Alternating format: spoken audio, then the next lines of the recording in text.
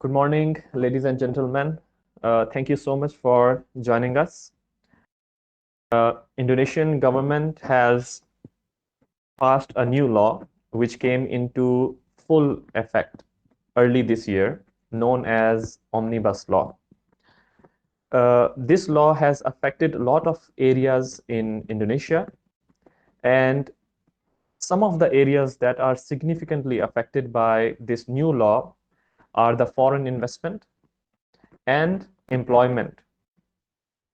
In order to get insights and in order to shed light on how this law has affected the foreign investors and employment specifically in Indonesia, MAM Corporate Solutions and IHW Lawyer has co-organized this webinar.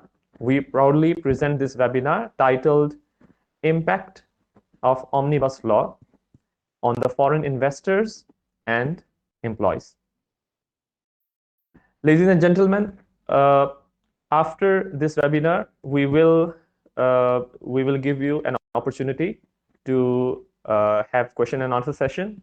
So during the webinar, if you have any questions, you can write them in the chat, and we will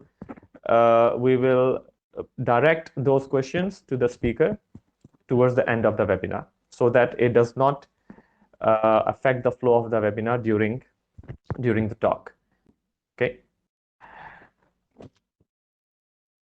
For those who have not joined our previous webinars or who have not worked with us, I would like to give a brief introduction. Myself, my name is Asif Hayat Malik, and I am CEO and founder of MAM Corporate Solutions.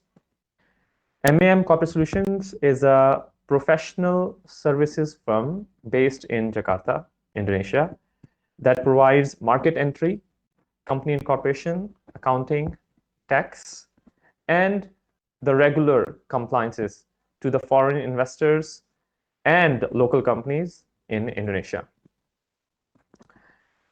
I will introduce our today's speaker, which is Mr. Muhammad Iqbal.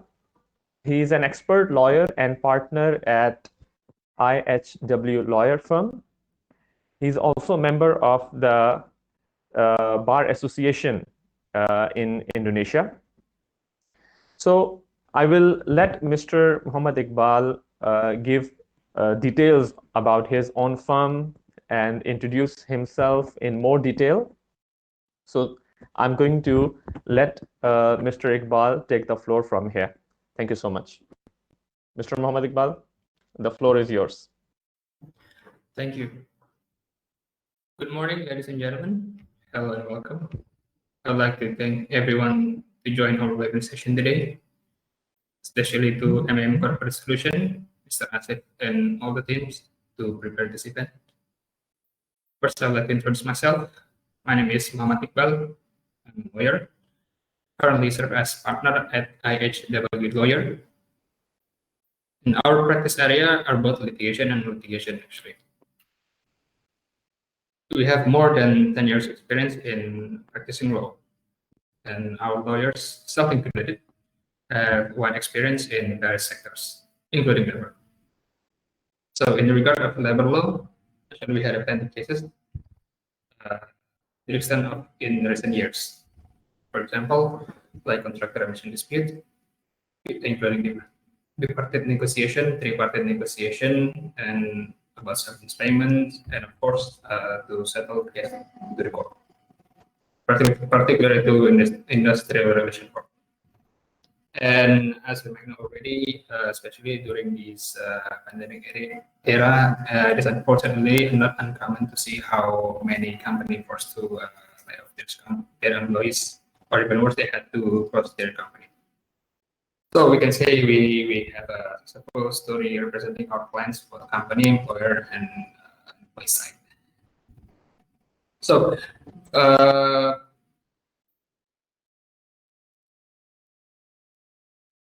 yeah, I think I'll go to the presentation. But before, I'd like to say that in this limited session, I'll try to highlight the important point about the Omnibus Law. I think it's actually a very broad topic because the Omnibus Law itself not only about the manpower, also consists of more than 50 acts. It's all about, including about the tax, including about the land, and so on. So in this session only, we will try to show you, to share with you what is the important topics, the important points about the manpower law in the omnibus. So you will be able to make the best of it. I'm within this limited session. Shall we begin? Mr. Iqbal, if you, whenever you want me to just move to the next slide, just let me know. Sure. Okay. Let's go to the next slide. Yeah, just go next. Okay. So, due to the issuance of the Omnibus Law, the Omnibus Law is actually the common name, but actually it is the Indonesian Act number 11 of 2020 concerning job creation. In Indonesia, we can call it Undang-Undang Cipta Kerja. Okay, the Indonesian government has issued in the early of this year the implementing regulation in regard of the manpower issue in the Omnibus Law. It consists of mainly four regulation. First one is, as you can see, Government Regulation number 34 of 2021 is about the utilization of foreign manpower for expat. One number 35 on fixed term employment, outsourcing, working hours, and rest time and termination. And that's one, the number 36 of 2021 on wage. And the fourth one is number 37 on the job loss security program. Okay, I will share you the highlight and the correlation about what actually state in the implementing regulation and both in the Omnibus Law. Next slide.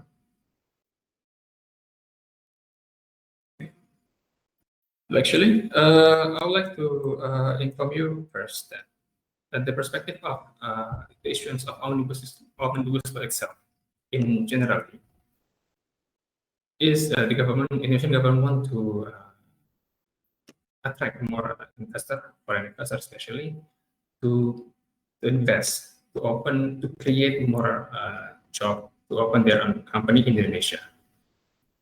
So the main point of this Omnibus Law itself is how to create the easiest way to doing their business in Indonesia from an investor's perspective.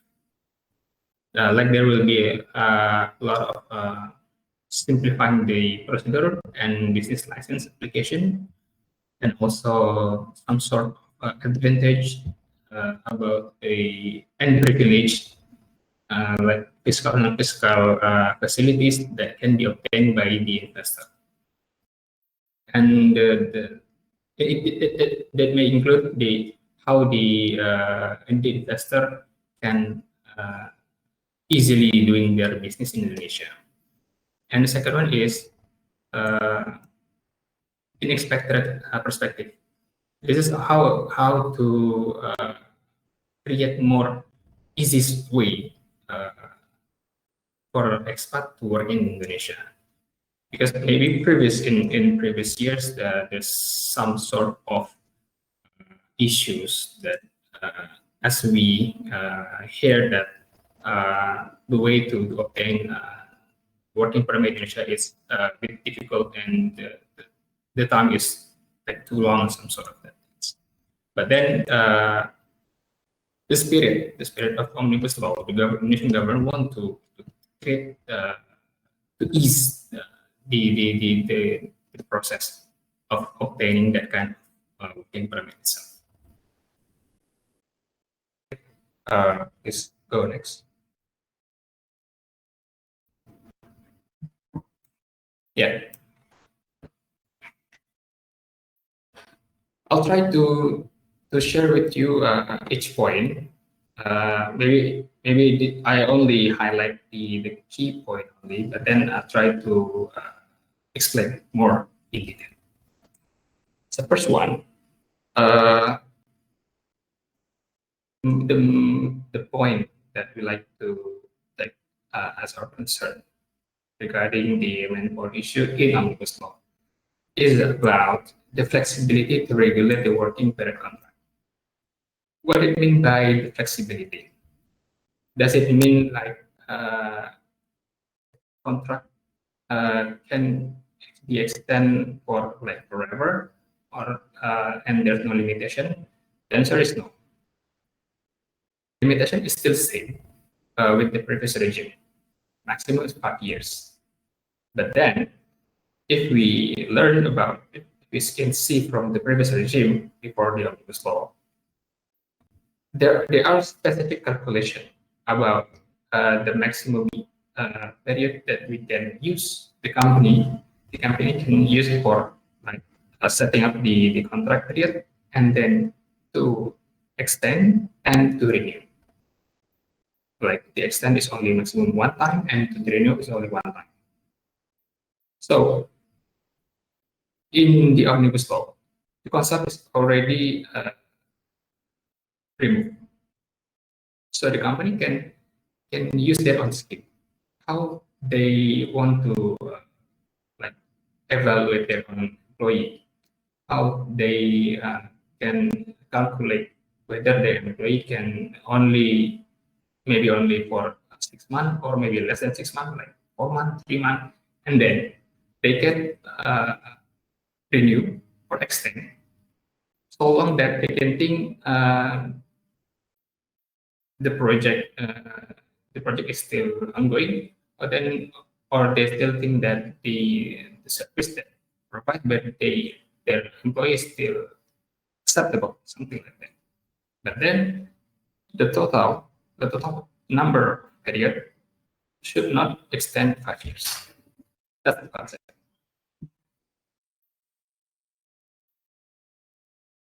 Okay.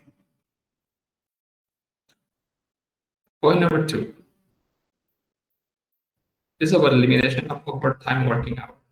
So the amendment of overtime rules. So it's actually quite straightforward.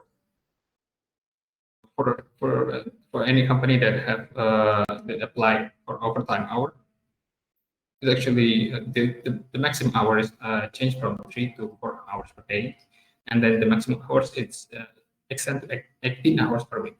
So it's actually to support some sort of business sector that may need to continue operate within the time hours.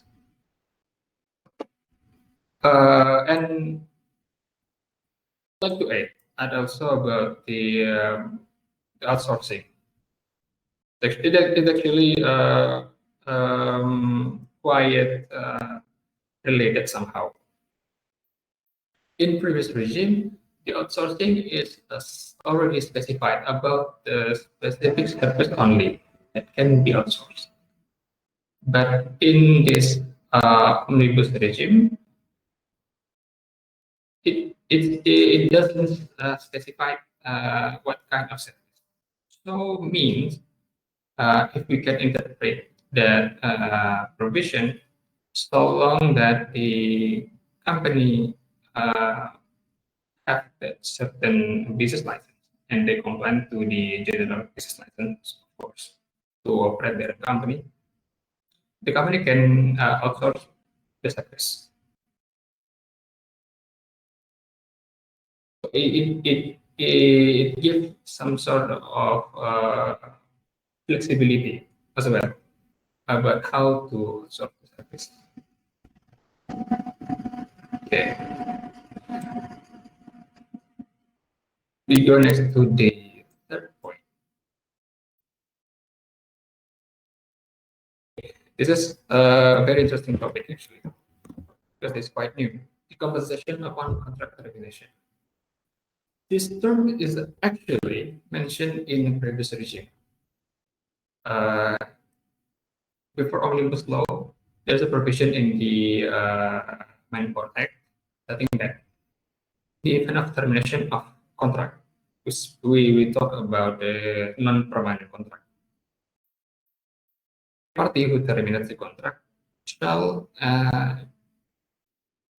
pay to other party for the remaining rights that they might have within the remaining period. For example, if there's an employee and the employer, so they had a contract, but then let's say for 1 year, let's say, and then within 6 months, the employee want to terminate for their own reason. The employee actually have to pay for the remaining 6 to the employer as a compensation. In the previous regime, that what stated any party that terminated the contract. It is actually vice versa. When the company terminated the contract before the end of the contract, the company need to pay for the remaining salary, something like that. But in the concept of this Omnibus Law regime, that concept is removed, is revoked, and replaced by this compensation. This compensation is meaning like if there is a termination about the contract, whether it's by the employee or even the employer, the company must pay for the compensation, something like that. But then this provision is actually can be interpreted in more complex way. But I'll try to highlight the point that the compensation only mandatory for the company to the employee. And the amount of the compensation is actually from as much as the salary that may be received by the employee. So that's the concept. And the compensation itself, it's also applied when let's say the contract between the employee and the employer is renewed or extended. By the time the end of the first term, the company must pay the compensation first. The point, the highlight point that the concern. And I think this compensation concept, well, actually added by the government to like some sort to give guarantee, I don't know, maybe it's like security to the employee by the time they're having their contract terminated within, like, let's say maybe they refer to this pandemic situation, so maybe that's why they bring up this concept. Okay. For the number 4, about the severance calculation. Okay. It's actually very specific and very detailed about the severance calculation. I don't need to display you about the exact calculation for now, but I try to give you the insight, the concept of how the severance calculation works. In previous regime, the calculation of severance payment to the permanent employee, of course, is basically like 1 to 2 times of the calculation. Actually, the regulation in the act or even in the implementing regulation has to have this specific calculation. Okay. In the event of the company is declared bankrupt or liquidate or being acquired by some other company, some sort of that condition. But in this Omnibus Law regime, there are specific, the certain condition that might reduce the amount of severance payment that might be obtained by the employee in the event of termination contract. The government want to the spirit is like this. Government want to highlight the company condition for each reason. Right? Because in previous regime, it doesn't reflect how the severance calculation is being calculated. So meaning like, try to give you insight in this current regime, there's some condition that if the proportion of severance payment is less than 1 time severance calculation, at 1 time of amount, something like that. It can be like 0.75 to 0.5 of 0.5, something like that. Okay, please next slide.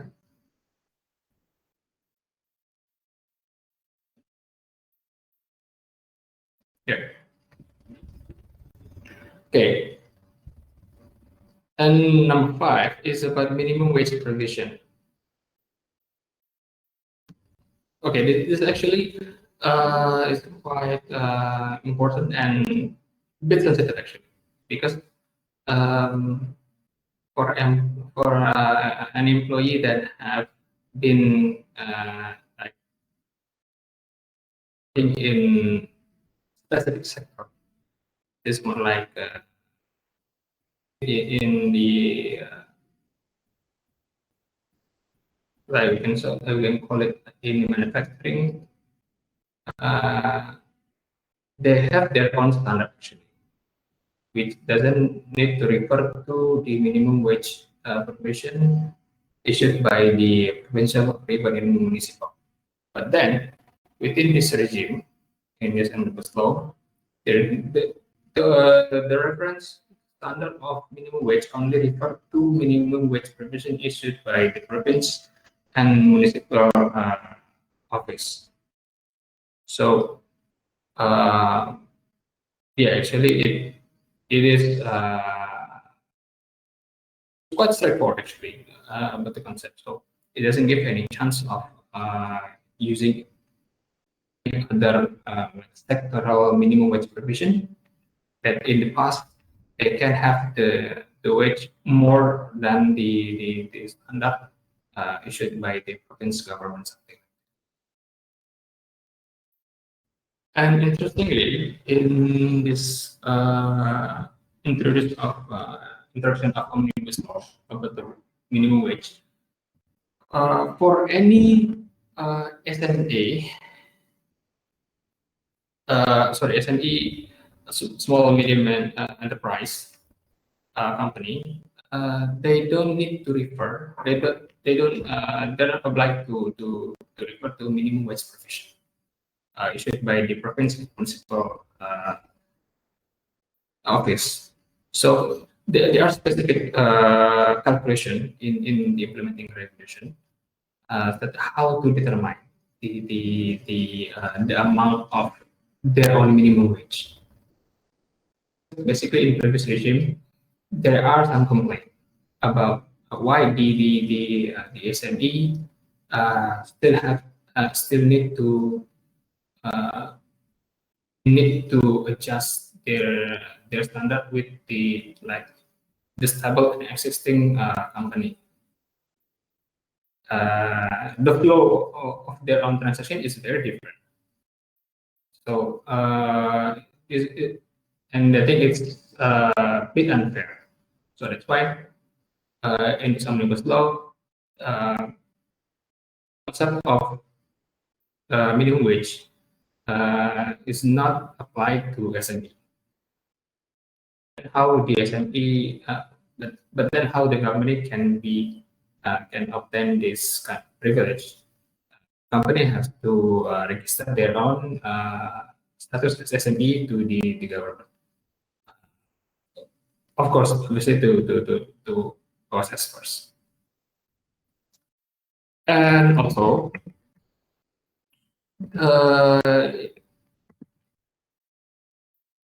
in this concept of minimum wage, this introduction of hourly rate wage.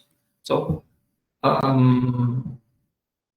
any company that hire the employee that may think they won't be able to work or they won't be need to provide their service full time. So the government should some provision to pay the salary based on hourly rate.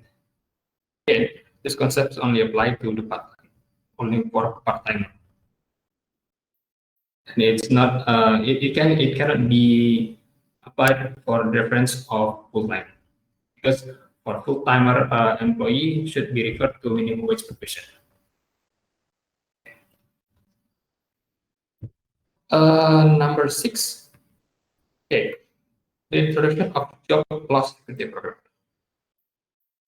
Okay, this is a new concept issued by government. The job security program is some sort of security, like maybe from some of you might already familiar with, like health security program, employee security program, BPJS, BPJS or social BPJS, something like that. Again, there's a new security program like job loss. What is meant by job loss security program? This is to give like a security to employee, especially for contract employee. If let's say they're being terminated or being terminated, or even their company is closed down, and then they cannot have like severance payment due to their condition of contract, something like that.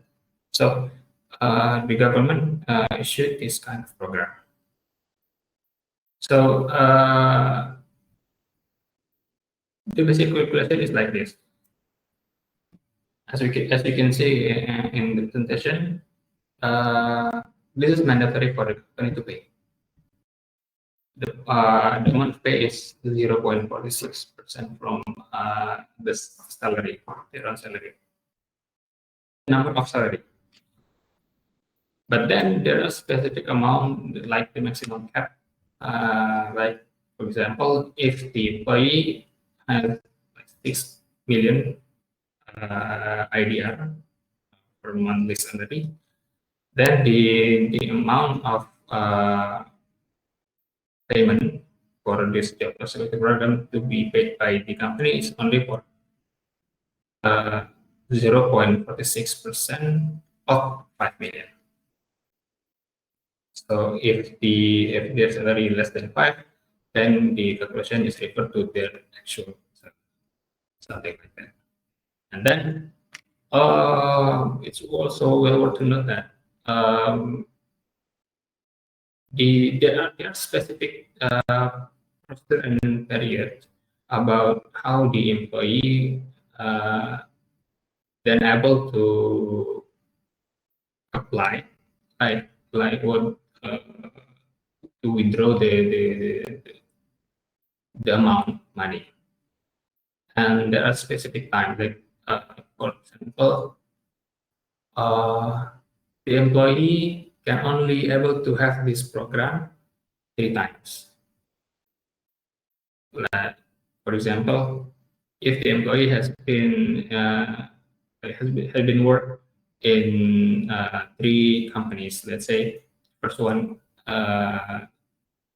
let's say 1 year contract, and then no longer extend or no longer renewed, and then he went work to other company, and yeah, still in contract, and then he go to other company, like the possible amount that can he got from this job loss security program is 3 times only.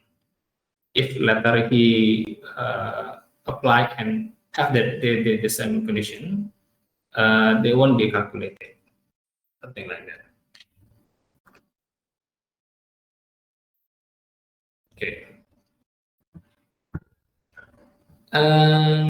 Number 7 is about labor dispute procedure. Okay. I can say this actually quite straightforward also. Really, the government want to emphasize the importance of how the procedure of the permanent contract termination to the employee. Like in previous regime, big problem is apply for termination for permanent contract termination must have approval from the industrial relation. Then in this concept of Omnibus Law, there is specific provision in the Act stated that the company must give notification and the reason to the employee what will be the reason of termination. And if the employee refuse to accept the condition, then both parties must negotiate in negotiation about the situation. That's the concept of labor dispute, how labor dispute procedure in the Omnibus Law. And the last one about the working permit. So, as I previously said in the beginning, actually the concept of Omnibus Law having the new concept of what we call it, like expatriate working permit procedure is the way to have the application. Like, for example, maybe it's already applied since last years, like in 2019 or 2020, if I'm mistaken about, like IMTA is no longer required to have no longer required for having the license, and also there's specific condition which granted the KITAS working stay permit from BKPM or like foreigner that acting as a shareholder, even like even the foreigner as a shareholder, or maybe he act as the director or commissioner as well. So long that he obtain shares in the company, it can be a reason for he to obtain the recommendation for having the permit in BKPM. So the procedure is then different from procedure of expat working permit in general, something like that. So, but then I must say about this particular permit concept, actually we haven't seen the actual condition at the moment, how the government create the easier way in their own system, because maybe at this moment Indonesia closed for a new application for working permit and for a staying permit as well. So, but yeah, at the moment as far as I heard, is still the government is still working on the system. So maybe once once the login is uh, no longer applied, so maybe the government issue the new system over this. So about the expat for private company, I mean private company in Indonesia means like perusahaan perseorangan, the company that's solely owned by one person. It cannot they can hire for expat. Yeah. Okay. I think that's for the introduction about the main highlights I can say about the manpower issue in Omnibus Law. Well, because if you want to dig deeper, I think we need to have another session maybe, because there's still a lot of matter that can be discussed as well. Thank you for attention. Back to you, Mr. Asif. Thank you so much, Mr. Iqbal, for such a useful session and providing insights on the Omnibus Law and how it can actually affect or how it is affecting the foreign investors and employees specifically. From your presentation, we can clearly see that employment is one of the areas that has been significantly affected, be it termination, compensation, legal disputes, employment contract. So all of these areas are quite detailed. And of course, it's not possible to actually cover all of this in one session, like you mentioned. So what I will do now is I will open the floor to our audience here. I'm sure they have a lot of questions. I can see our audience is asking a lot of questions over here. So now let me see if I can direct some questions, read out some questions to you. So the first question is from Holy Fui, if I'm pronouncing that correctly. The question is, will the slides be given to us? Of course, we will provide you the slides. We will email you the slides after this webinar, so please don't worry about that. All the participants will get the slides after the webinar is over. I will read out a question here from Mr. Kunal Kapoor. The question is, I have a question about payment of one salary on completion of 12 months of employment to a contract employee. So can you please shed light on this, Mr. Iqbal?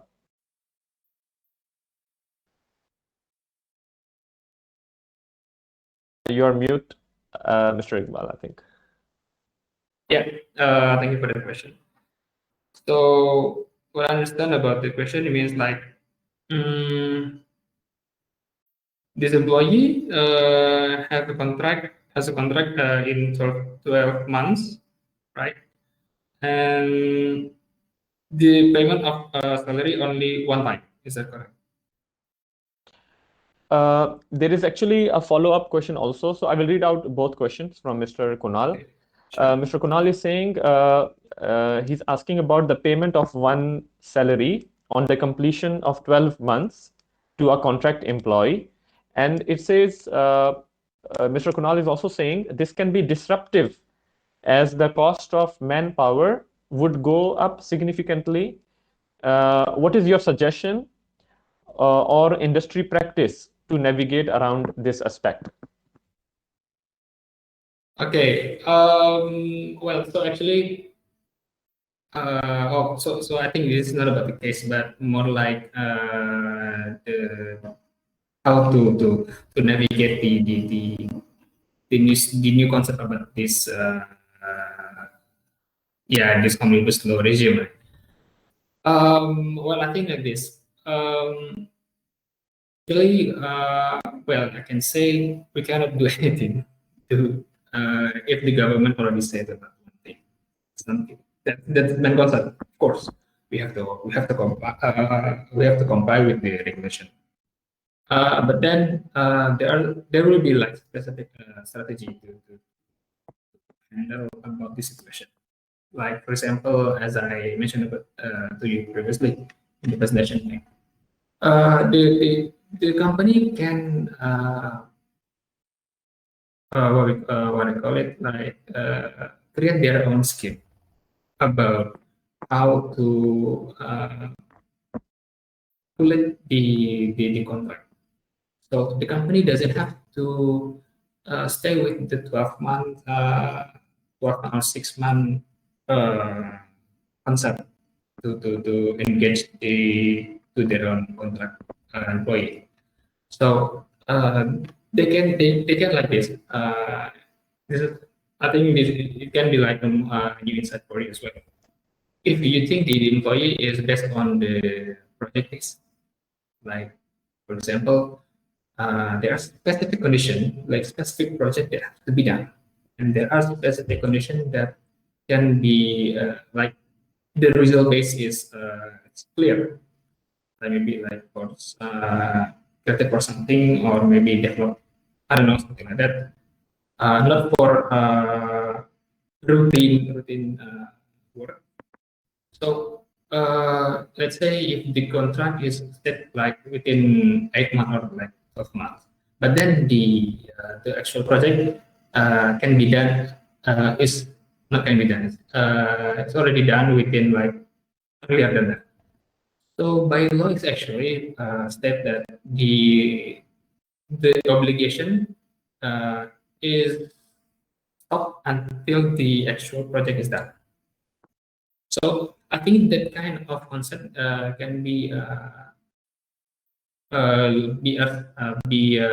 insight to company to calculate their own strategy to before they employ before they hire the employee. I think that's the general answer for this, Mr. Asif. Sure. Thank you so much, Mr. Iqbal. So, like you mentioned, it is basically you cannot avoid it as long as it is a law. But I would like to add here, from the compliance or from the planning perspective, that before the companies are hiring, they can actually budget beforehand before hiring the employee, so they know that how much will be their total annual cost, including the 13th month salary and also any compensations or terminations. So if they have planned in advance, if they have made the budgets in advance, so it should not come as a surprise later on after employee contract is over. Okay, so I would like one thing also. Please note that the concept of this omnibus law is already applied by the issuance of the omnibus law. So, if I'm not mistaken, this act itself has already issued in November last year. So, if let's say you already have or maybe you already been in contract, or you as employer has hired your employee within a contract, and the contract is still live. So please make sure to comply with this regulation as well. Sure. Thank you, Mr. Iqbal. Let's move on to next question. Next question. I think the name is not complete, but I will. It says WP. So the question is, who are exempted from not following the minimum wage for SMEs? Is there any exemption if any companies who are exempted from following the minimum wage? Okay, the regulations that in the actually in implementing the regulation regarding the wages, number 36, it's already clearly state that the one that stand for this minimum wage provisions, provision issued by the province and the municipal office is only for the SME. So, if you think, for example, let's assume that you are a business owner. So, if you want to exempt for the minimum wage provision, so yeah, have to be classified as the SME first. There are specific condition like this is only for startup, and they have their own capitals no more than 500 billion. No, sorry, less than 100. Let's say a range around 50 to 100 million, and their net cash flow is less than 500 million. So that's the condition. And this is what I say to you is only for the initial requirement, because basically what the government wants actually to first one to ease the condition of the company, because some sort of startup or company doesn't have the same situation and the same condition with the other company. Like let's say they use their own money to raise the company. The other one have their own investor. So that's why the government want to treat both equally with their own situation. Something like that. Understood. Thank you. Thank you, Mr. Iqbal. So basically, this exemption is it is only basically the objective over here is to make it easier for SMEs to at their early stages when they don't have a lot of capital or they don't have they're not making a lot of profit. So it is only to help them, but it is not a permanent thing, you can say. And there are some conditions that apply. Well, yeah, well, actually, the government doesn't state about that. They only state like for example, the only SME that can obtain this kind of privilege. But then maybe later on, because the area to of this SME classification is no longer in manpower government, so it will be in other government office. That's why Okay. they want to emphasize this first. Sure. Sure. Thank you, Mr. Iqbal. We can go to the next question now. The next question is from Mr. Chris. And the question is, how does the non-sectoral minimum wage change the workforce climate? What is the intention of changing this in Omnibus Law? Well, as far as I know, the intention is to create the what we call it, like the general standard of the minimum wage provision. So if previously there are some sort of multi-reference of having the minimum wage, like for example that they have minimum wage for sectoral and then minimum wage for sectoral in province, minimum sectoral in sector in municipal also. So there's a lot of reference. But then within this regime, intention of the government is actually want to create the one reference in their own province and in their own like municipal. But please note that this concept is actually obligation for the municipal and the provincial officer.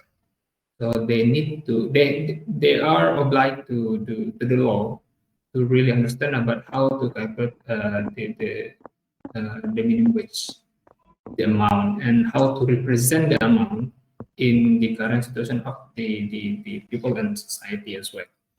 But I think there are some rejection, of course, about this the revocation of this minimum sector wage, especially from the association of the employee about in sectoral, especially in like what as I can say in factory employees or in the manufacturing industry, something like that, because previously they have their own standard and it's higher than minimum wage provision issued by the province and municipal. So I can say more about this because, but as far as I know, this is more like obligation to the government to how to cover all sides to maintain about how to to create the condition is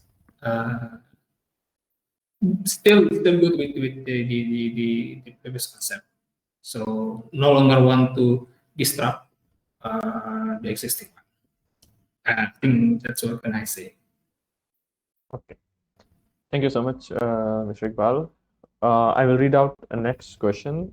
Next question is from Miss Rahma Devi, and she's asking, can you elaborate more on how can company applies for part-timer?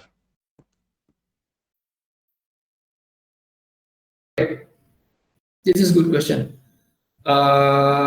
because this is about the new concept, and actually there's still a big loophole in the regulation as well, because the government didn't say much more about this part-time, because previously part-timer is is not recognized in the previous regime. So in practice, there's a lot of part-time, right? So where do they belong? Some people say that they actually not employee, so they are actually like a vendor or like professional individual vendor, something like that. But as far as I interpret this regulation, since the part-timer is stated in the provision of manpower, so meaning like company may hire the part-timer, but then there are specific regulations that must be stated in their contract. For example, their working hour must less than 7 hours per day, because 7 hours is the minimum amount for full-time per day. So let's say they cannot be allowed to work or more than full-timer working hours. That's the concept. And well, actually, those will be next question, of course. So how long the company may hire this part-timer, right? So as far as I know, this part-timer is a contract, right? So it is not possible to have part-timer for like forever. It is not like, it's not a good concept for the company also. So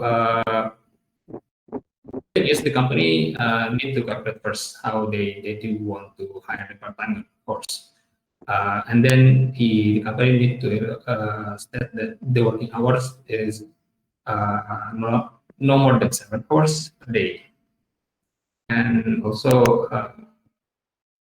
you need to also state about the obligations, of course, right? And specify what is the point of their what is the goal of their work and service, something like that.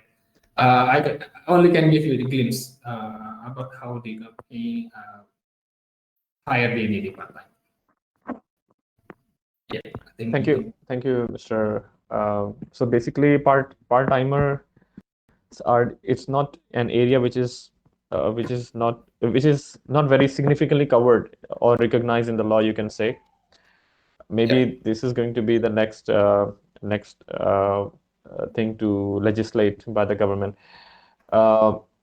Next question is from Mr. Pranab, and the question is, expat has to be shareholder to get the work permit, or non-shareholders? Expat can get work permit without shareholder as well. Okay. I'll try to explain a bit more. So, if the foreigner work in Indonesia, so they have to get a working permit, right? So, despite of their position, like maybe director, maybe like advisor or something like that. But then if the expat, I think as a shareholder, they don't need to have the working permit. The company only need to send the recommendation from the BKPM first, and then the BKPM will issue some sort of the approval of recommendation, and then from that you can apply to the government, Indonesian government, to have your own stay permit.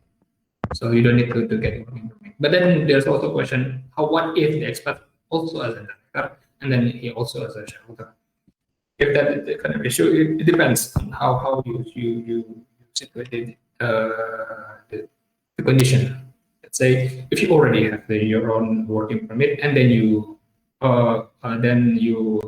acting as a shareholder, then yeah, you can use your existing working permit.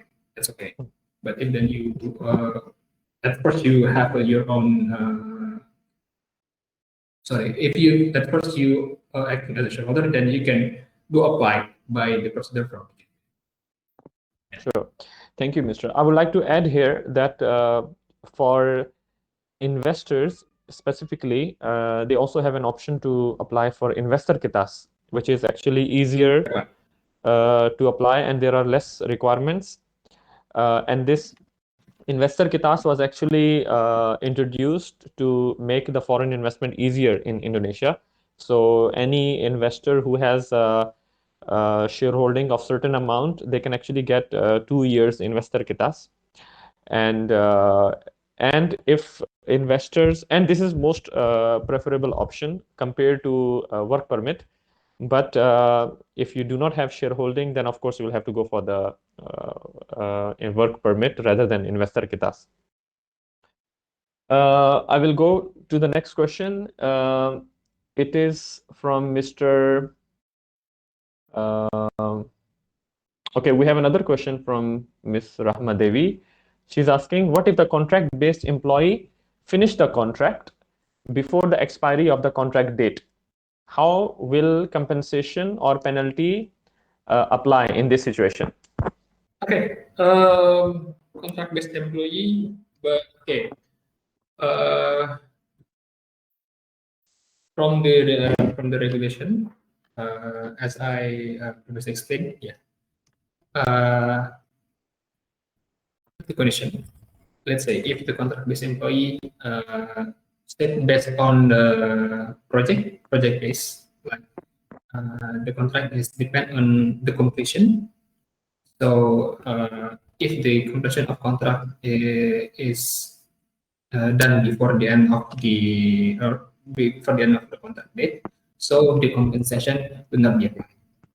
That's the concept. So by the end of the project So the law will recognize the contract is already done. So that's the first condition. The second condition, let's say this is not about a project base, so it's only maybe like the general contract based employee. There's no provision state about the completion of project as well. And let's say if the contract is terminated before the end of expiry date set in the agreement, so the compensation. I'm not. I won't talking about market first. I'll talk about the compensation first. The compensation first will be applied in pro rate. For example, if the let's say within the 1 year contract, 12-month contract, the contract ended within 8 months. So the employee will have the remaining compensation. Will have the compensation within the remaining period in pro rate. Like for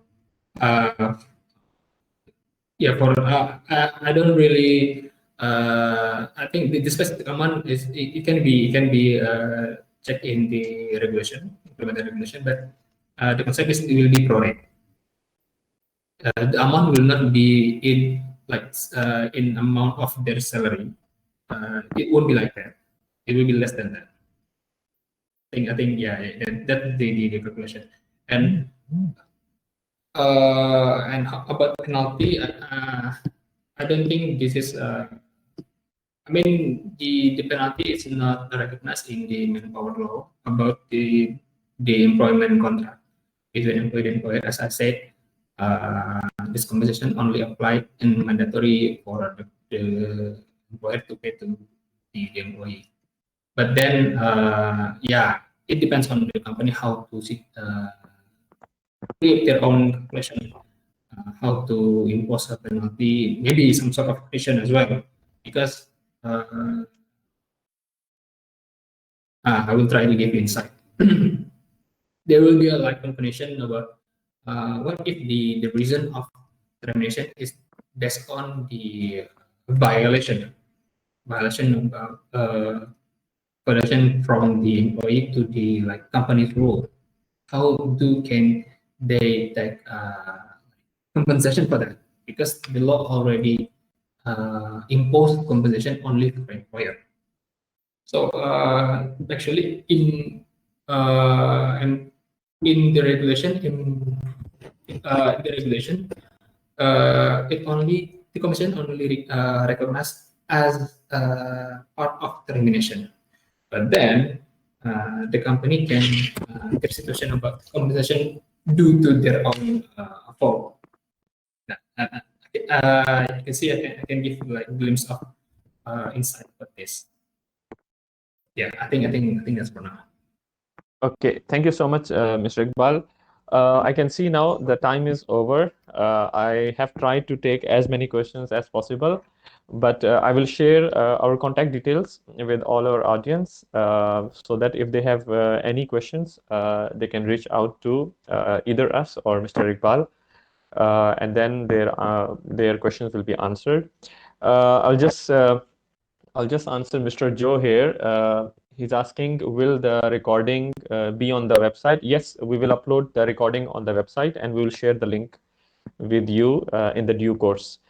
So that is basically for now. Thank you so much, Mr. Iqbal, for answering all the questions and also providing your presentation. I'm sure the presentation was very helpful and provided insights to our audience.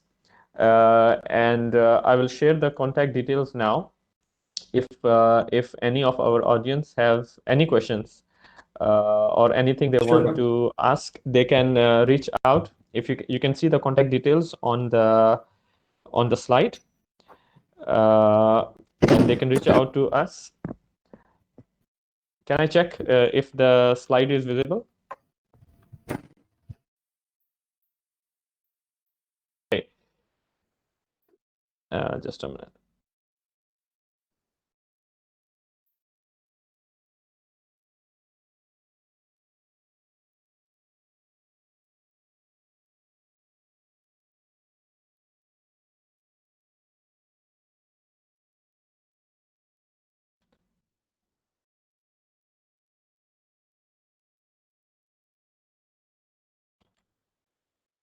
So here are the contact details for our audience if they want to reach out to Mr. Iqbal, IHW Lawyer firm, or they can reach out to us for any inquiries or any questions related to employment or law in general.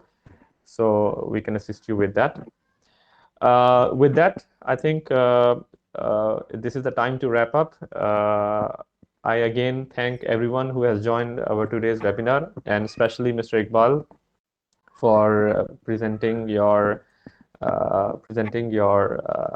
information, giving the insights. And with that, I will say we can close our webinar here, and I will see you in our future webinars. Thank you so much. Thank you. Thank you so much.